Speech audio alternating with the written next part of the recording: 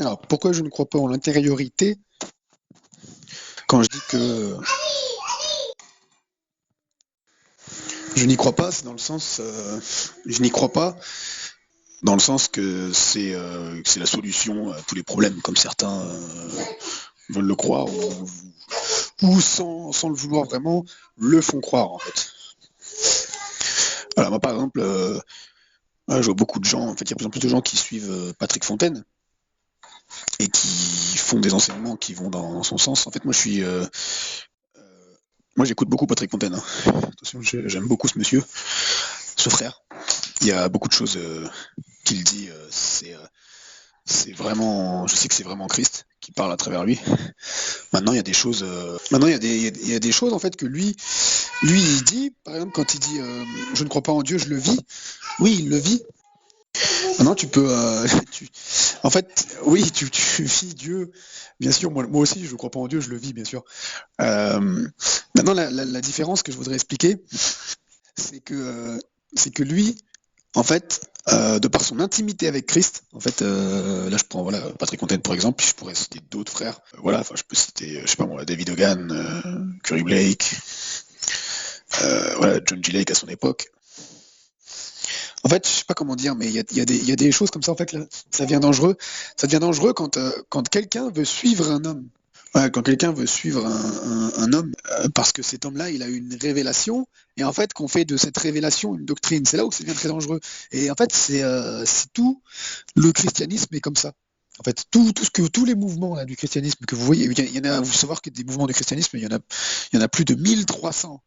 Oui, forcément, parce il y a autant de révélations, il y a autant en fait de mouvements du christianisme, de religions entre guillemets christiques, enfin, qui se disent christiques, il y a eu de gens qui ont suivi un homme parce qu'il a eu une telle grande révélation, en fait, qui à la base venait du Saint-Esprit, qui le Saint-Esprit, lui, est là pour révéler Christ, en fait, il est là pour révéler une facette de Christ.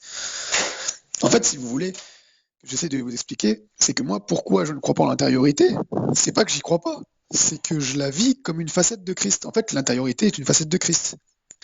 Euh, Qu'est-ce qu'il y a d'autre la Pentecôte, le pentecôtisme en fait entre guillemets est une facette de Christ. Voilà la révélation des, je sais pas moi, des baptistes où il faut aller beaucoup plus, il faut aller à l'écriture et uniquement l'écriture. Oui, en fait c'est une facette de Christ aussi. Parce que Paul en fait, par exemple, Paul le dit. Sola scriptura, l'écriture seule. J'ai appris à ne rien savoir d'autre que rien si ce n'est l'écriture. C'est dans le sens où en fait, il le dit en fait. Aller premièrement à l'écriture avant de croire quelqu'un, avant de croire quelque chose, avant de croire même un ange, aller à l'écriture, car c'est la base, l'écriture. Ouais, ça fait partie en fait des facettes de Christ. C'est comme quelqu'un, voilà, nous aujourd'hui, moi aujourd'hui, j'ai un tas de révélations en Christ. Je sais que la joie, c'est une personne, et qu'en fait, c'est la joie, ça fait partie en fait de Christ.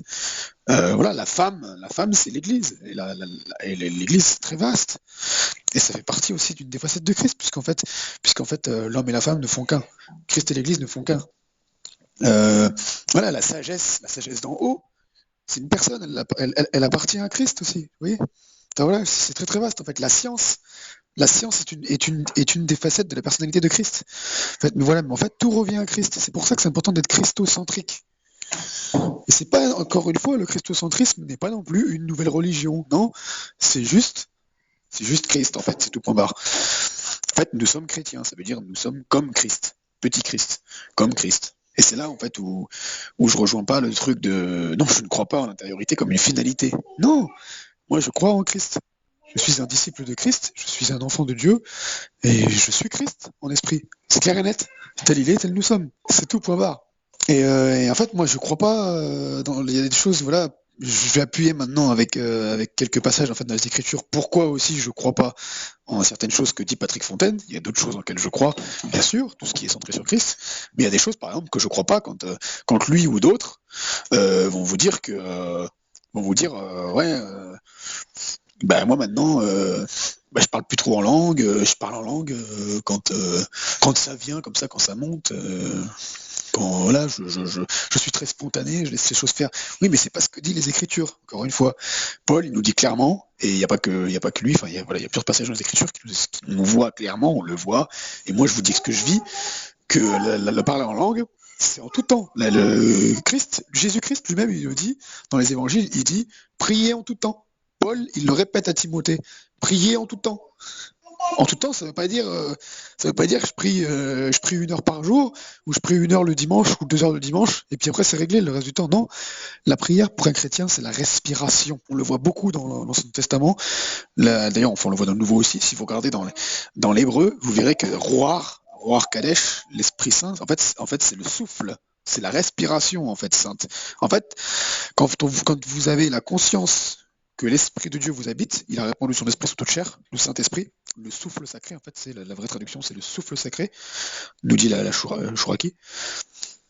En fait, vous avez la révélation que c'est la respiration de l'Éternel qui vous habite. Et en fait, cette respiration, elle est manifestée comment? Elle est manifestée par la parole, par la bouche ouverte qui va parler des louanges, qui va parler le langage céleste, qui va parler le parler en langue, en fait.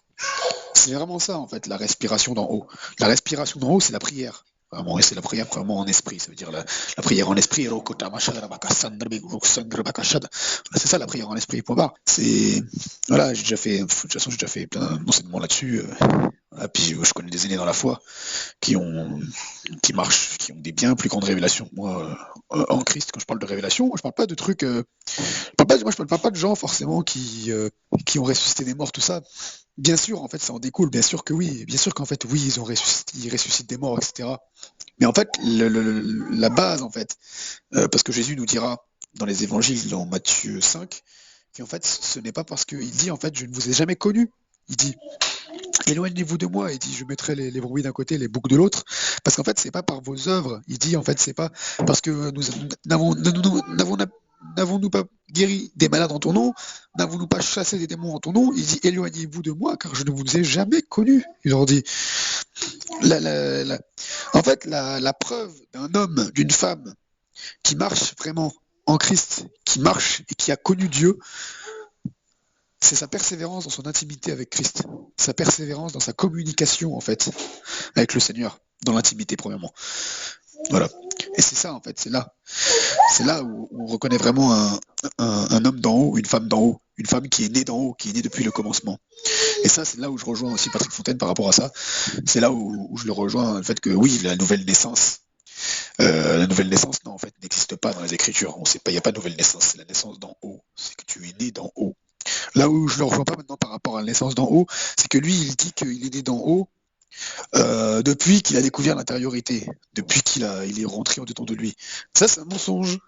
C'est un mensonge, parce que ça voudrait dire que tous les gens qu'il a rencontrés avant, même y compris le pasteur Robert, je sais plus comment il s'appelait, Robert Brouen, je crois, quelque chose comme ça, qui était en Bretagne. Oui, donc ça voudrait dire que, ils sont pas nés d'en haut non plus. Ça veut dire que tous les gens, en fait, que les gens, en fait, qui pensent que le fait d'être rentré, d'avoir vécu le l'air d'avoir vécu de rentrer dans son être intérieur, c'est ça la naissance d'en haut. Ça veut dire en fait que tous les gens qui ont dit qu'ils ont accepté Jésus-Christ dans leur cœur, ça voudrait dire qu'ils sont pas nés d'en haut. Alors que c'est pas ce que dit l'Écriture, encore une fois. C'est écrit clairement en fait dans 1 Corinthiens 12. C'est écrit clairement en fait que celui qui confesse en fait que Jésus-Christ est son Seigneur, voilà, il est né d'en haut, point barre. En fait, c'est clair en fait. La naissance d'en haut, c'est une révélation, c'est une vraie rencontre voilà, tu as fait une rencontre avec Jésus-Christ. Maintenant, il y a des gens, par contre, là où je suis d'accord, c'est qu'il y a des gens qui se disent chrétiens et qui n'ont pas rencontré Jésus-Christ. Voilà. Ils vont dire oui, j'ai accepté Jésus-Christ, mais ils ne l'ont pas rencontré. Voilà, et ça après, c'est pas à nous de juger, c'est dans l'intimité. Mais voilà, mais ça existe, faut savoir. Ça existe, et ça, c'est aux fruits, en fait. C'est aux fruits qu'on en voit c'est pas aux fruits par les œuvres, c'est aux fruits dans l'intimité. C'est aux fruits quand il y a le feu, quand il y a l'épreuve. C'est là, en fait, où tu vois quelqu'un, et c'est par le discernement, en fait. C'est le Saint-Esprit qui va te le montrer. Voilà. Et c'est en allant à l'écriture aussi. Plus tu vas au contact des écritures, et plus tu vas, dans ton discernement, tu vas grandir. Ton discernement spirituel, je parle. Voilà, donc c'est en partie pour ça que je ne crois pas en l'intériorité, je la vis comme une facette de Christ. Pour moi, c'est juste une des facettes de Christ, et c'est tout à fait normal en fait. C'est plus que Christ en fait. En fait, c'est juste la révélation que Christ est autour de nous et que nous sommes Christ en esprit, point barre. Il n'y a rien de plus compliqué. Oui, après, il y a comment dire aussi le fait que comment dire, tu vas pas suivre un homme, je répète, hein, parce qu'il a eu telle ou telle révélation. En fait, notre but à nous chrétiens, c'est d'aspirer à être comme Christ, en fait. Jésus lui-même a dit que en fait, nous ferons en fait des œuvres plus grandes que lui. Nous verrons des miracles plus grands que lui. Et, euh, et en fait, donc je répète, tel il est, tel nous sommes. Et vraiment, en fait, aspire à toujours plus de lui et moins de toi.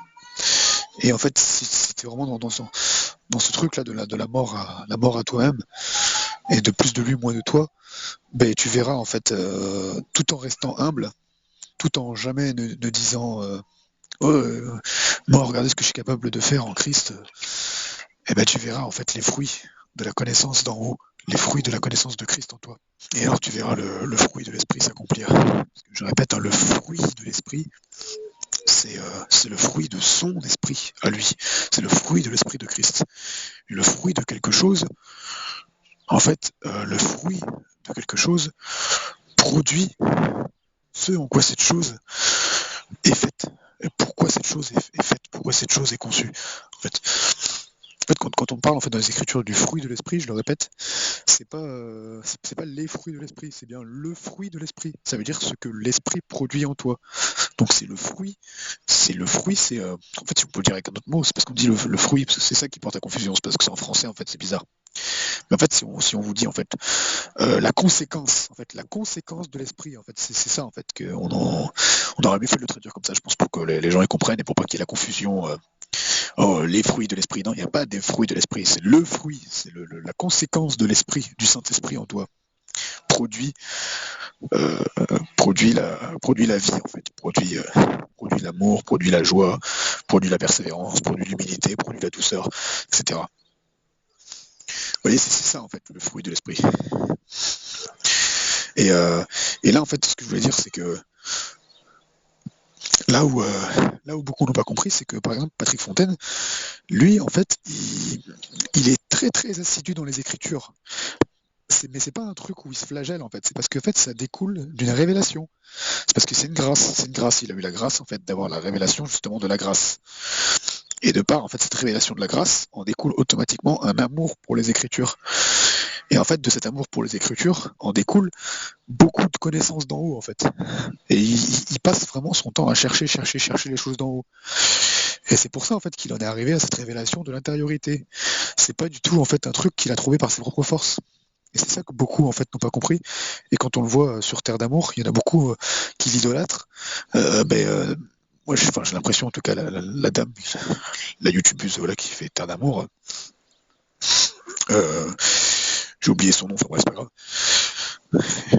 En fait, les gens, beaucoup, ils vont l'idolâtrer parce que il a vu beaucoup de miracles, le Seigneur a fait beaucoup de miracles à travers lui, tout ça, a ressuscité des gens et tout. Mais non, en fait, c'est là, en fait, où, parce que, en fait, quand tu connais en fait une personne dans l'intimité, ça change complètement. Parce que moi, par exemple, j'ai marché avec des frères, je marche avec des frères, même avec, voilà, ne serait-ce qu'avec ta femme, ton mari. Tu connais en fait la personne, tu la connais dans l'intimité. Tu sais comment, tu connais ses défauts, tout ça. Allez demander par exemple à la femme de Curry Blake, vous allez voir, voilà, allez voir des interviews, des témoignages et tout de Curry Blake, regardez sur YouTube, vous allez voir, il explique comment sa femme parle de lui. Et pourtant le gars il ressuscite des morts et tout quoi.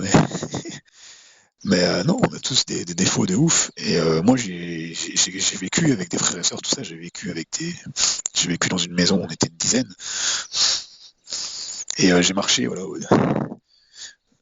en 2017-2018, ça, j'ai marché avec des frères, mais dans l'intimité, des fois, c'est du n'importe quoi. C'est vraiment n'importe quoi. On est pire que des enfants. Même moi, des fois, je fais des trucs, c'est vraiment très grave, en fait.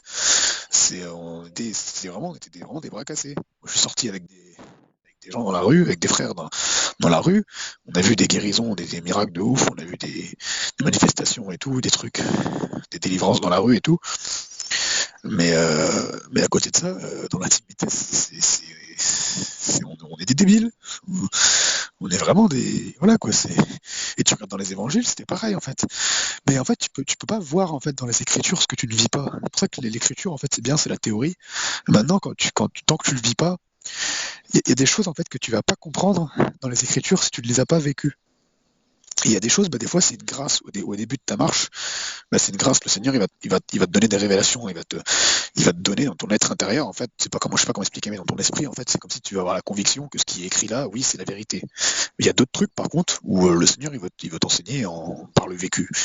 Et tu verras que plus tu vas avancer avec Christ, en fait, et plus il va t'appeler à la persévérance, et plus il va t'appeler en fait à vivre les choses.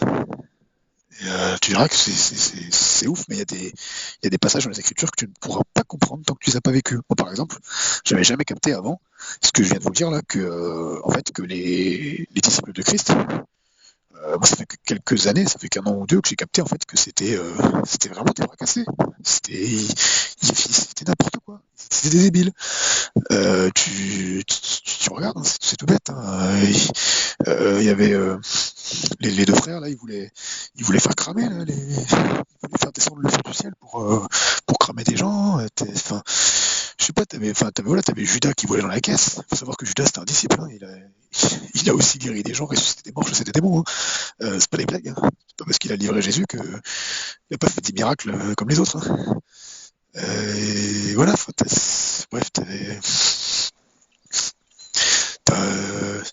voilà, Simon Pierre qui était au bureau des péages. Déjà le mec il était détesté. À peine Jésus vient le voir. Déjà le mec il voit un gars comme ça qui sort de n'importe où. Déjà bon ok voilà c'est la vie je pense qui voilà. Jésus-Christ était tellement dans l'esprit qu'en fait la vie l'a touché à Simon-Pierre et l'autre Jésus il lui dit viens suis-moi, l'autre il sort de son bureau normal il le suit quoi. Et les premiers miracles qu'il voit c'est des guérisons de ouf et des résurrections quoi. Il voit je sais plus, je crois qu'il voit un démon chassé, il voit une résurrection, c'est le deuxième miracle qu'il voit, c'est une résurrection directe quoi. Donc enfin voilà, je sais pas si vous vous rendez compte mais et enfin voilà, après il y avait des pêcheurs, voilà, les pierres, machin, ah oui non c'est pas pardon, c'était Matthieu qui était au bureau des péages, c'était pas Pierre, Pierre c'était un pêcheur, Jean aussi je crois. Voilà, c'était des pêcheurs, oui, ils pêchaient le poisson, ils avaient aucune instruction. C'est vrai que même Jésus lui-même en témoigne en fait. Jésus c'est écrit il n'était pas instruit, ça veut dire quand on dit qu'il n'était pas instruit à l'époque, ça veut dire qu'il ne connaissait pas les Écritures dans la chair. Et oui, ça, il y en a beaucoup qui ne savent pas. Il y en a qui pensent que Jésus, qu'il était instruit, tout ça, qu'il passait du temps dans les Écritures et tout. Mais non, c'est pas vrai. Il a jamais lu, il n'a pas été instruit. Il a lu après seulement. C'est tout le temps où il écoutait les rabbins dans le temple, mais à l'époque, ça n'avait rien à voir. C'était pas tout le monde qui avait les Écritures comme nous aujourd'hui, hein, ça n'avait rien à voir. C'était réservé qu'aux pharisiens, un truc comme ça. C'était ceux qui avaient de l'argent, en fait, qui avaient le droit à avoir l'école des docteurs de la loi, quoi. Voilà. En fait, dans les apôtres, il n'y a que Paul, en fait. Et c'est pour ça que Paul, il a été établi comme ça pour écrire la moitié, comme ça, enfin, plus que la moitié du Nouveau Testament. Parce que lui, par contre, il était instruit. Lui, par contre, Paul, c'était vraiment il était vraiment instruit. Enfin, je crois qu'il y avait Luc aussi.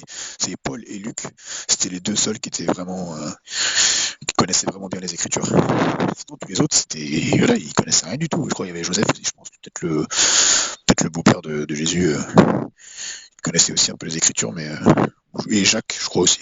Mais voilà, enfin, il y avait au moins 10 des apôtres, ils connaissaient rien, quoi. Ils connaissaient pas les Écritures. Ils n'étaient pas instruits, je veux dire, avec eux. C'était Paul le plus instruit, c'est tout point barre.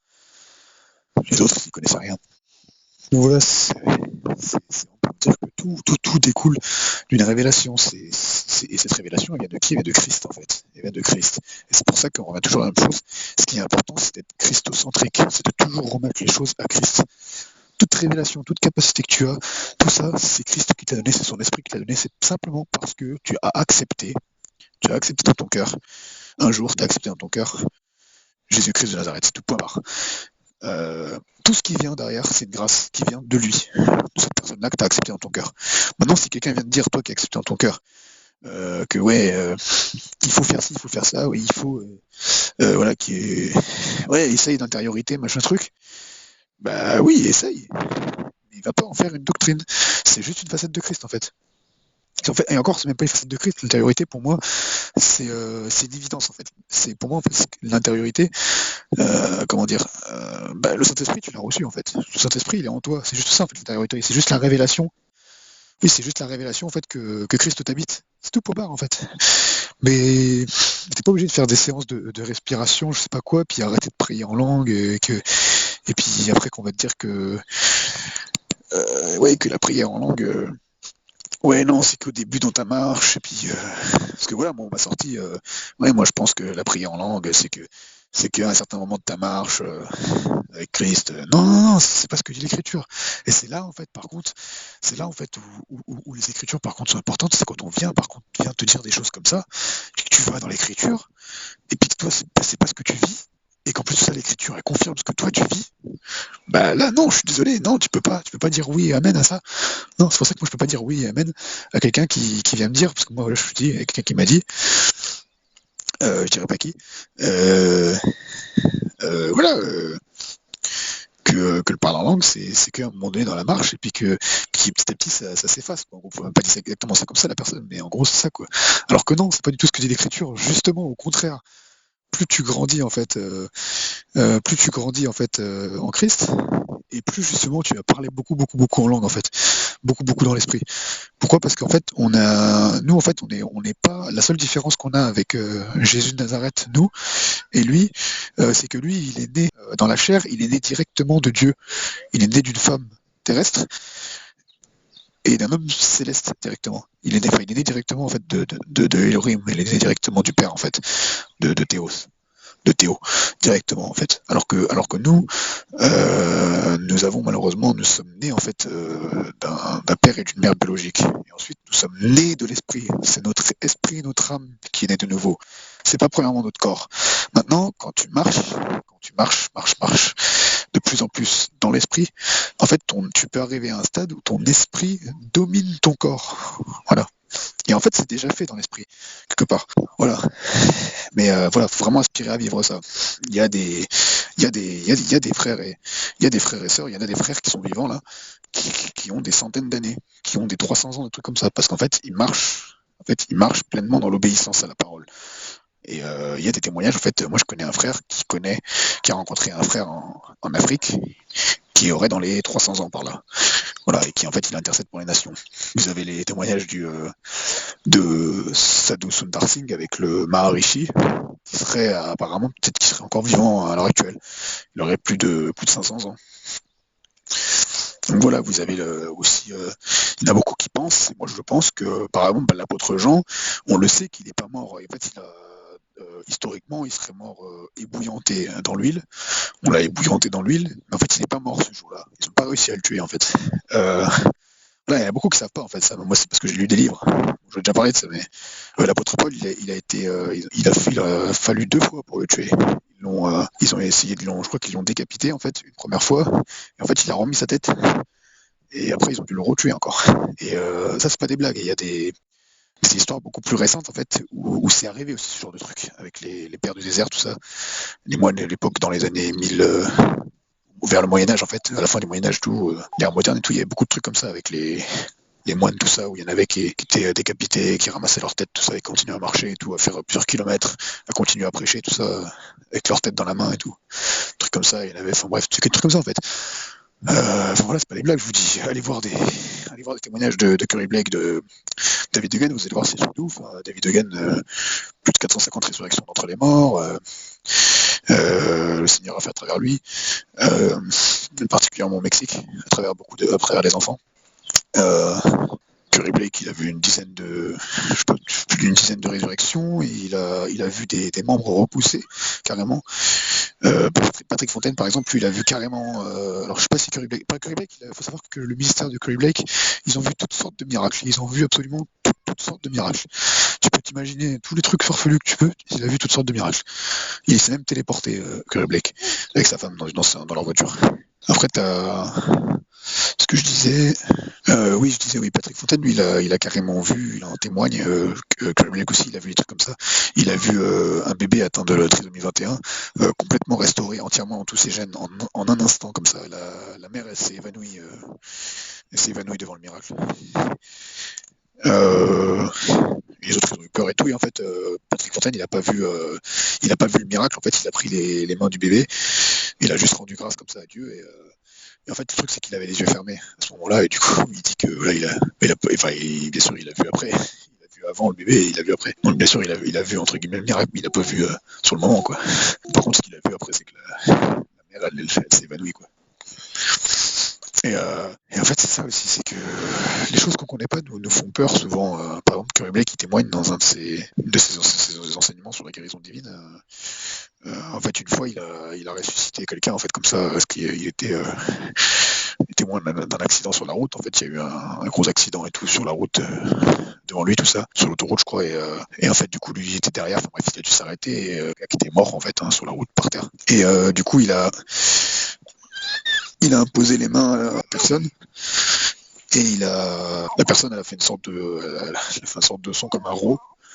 Elle a roté, elle a du sang qui est sorti par sa bouche en fait. Et il y avait une personne qui était dans sa voiture derrière lui, Curry Blake, qui en fait elle avait peur. Elle était en train de dire oh mon dieu quoi. Oh my god. Alors que il était en train de ressusciter au nom de Jésus-Christ un gars quoi. Voilà, enfin faut savoir que Curry Blake il a ressuscité sa deuxième fille aussi. Hein. Donc là il a vu aussi le bras de son fils réparé. C'était coincé le bras dans une porte, dans une fenêtre cassée. Le bras cassé, il a proclamé le bras, puis s'est remis quoi. Il s'est même remis la cheville, il s'était cassé le pied, je crois, le pied, la cheville, je sais plus. Il s'était défoncé son pied. Et il a tapé dans son pied et tout, et il s'est remis en place en fait son pied. Et c'était la cheville, je crois, je sais plus, je l'explique bien dans cette vidéo, je pas de bêtises.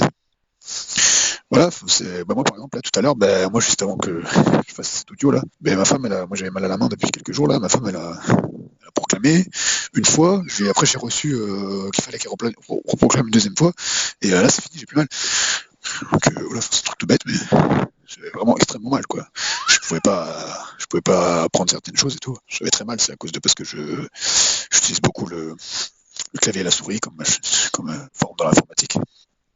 Et voilà, mais c'est des mensonges encore une fois. L'ami va servir de ça, il va vous dire vous faites ci, vous faites ça. Toi, tu te sers beaucoup de la souris, tu te sers beaucoup de. T'es un gars qui porte des trucs lourds et il peut passer à travers ça. En fait, les esprits propres peuvent passer à travers ça pour vous dire que non, que vous êtes des gens faibles et que vous n'êtes pas appelés aux choses d'en haut. Alors que non, c'est des mensonges. En fait, tous sont appelés en fait.